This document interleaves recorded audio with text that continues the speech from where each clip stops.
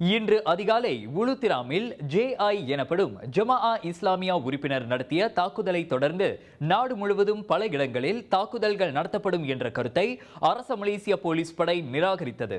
உளுத்திராம் காவல் நிலையத்தில் ஜேஐ உறுப்பினர் நடத்திய தாக்குதல், குறிப்பாக தாக்குதலுக்கான நோக்கம் குறித்து இன்னும் உன்னிப்பாக விசாரிக்கப்பட்டு வருவதாக போலீஸ் படை தலைவர் தான் ஸ்ரீ ரசருடீன் ஹுசேன் தெரிவித்திருக்கிறார். அதே வேளையில் போலீஸ் நிலையத்தில் உள்ள உறுப்பினர்கள் உட்பட அனைத்து உறுப்பினர்களும் கவனமாக இருப்பதோடு பாதுகாப்பை அதிகரித்து கண்காணிப்பை தீவிரப்படுத்தும்படி வலியுறுத்தப்பட்டுள்ளதாக ரசருடீன் கூறினார். உளுத்திராம் போலீஸ் நிலையத்தில் நடத்தப்பட்ட தாக்குதல் மற்றும் அந்த தாக்குதலுக்கான நோக்கம் உட்பட நாங்கள் முழுமையாக விசாரித்து வருகிறோம். விசாரணை நடைபெற்றுக் கொண்டிருக்கும் போது இன்னொரு தாக்குதல் நடக்கும் என்று அனுமானம் செய்வது நல்லதல்ல என்று அவர் கூறினார். உளுத்திராம் போலீஸ் நிலையத்தில் ஊடகவியலாளர்களை சந்தித்த போது அவர் இதனை தெரிவித்தார். இந்த நிகழ்வில் ஜோகூர் போலீஸ் தலைவர் கமிஷனர் எம் குமாரும் கலந்து கொண்டார்.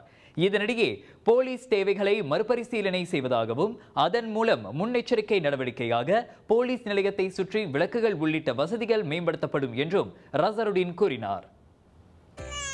சுவாச பிரச்சனை, சளி, இருமலுக்கு உகந்த தீர்வு சைலஜா பேபி ஹெர்பல் கிரீம். துளசி, கரிஞ்சீரகம், கிராம்பு போன்ற மூலிகைகளால் கொண்டு தயாரிக்கப்பட்டுள்ள சைலஜா பேபி ஹெர்பல் கிரீம் உங்கள் குழந்தைக்கு சிறந்த தேர்வு.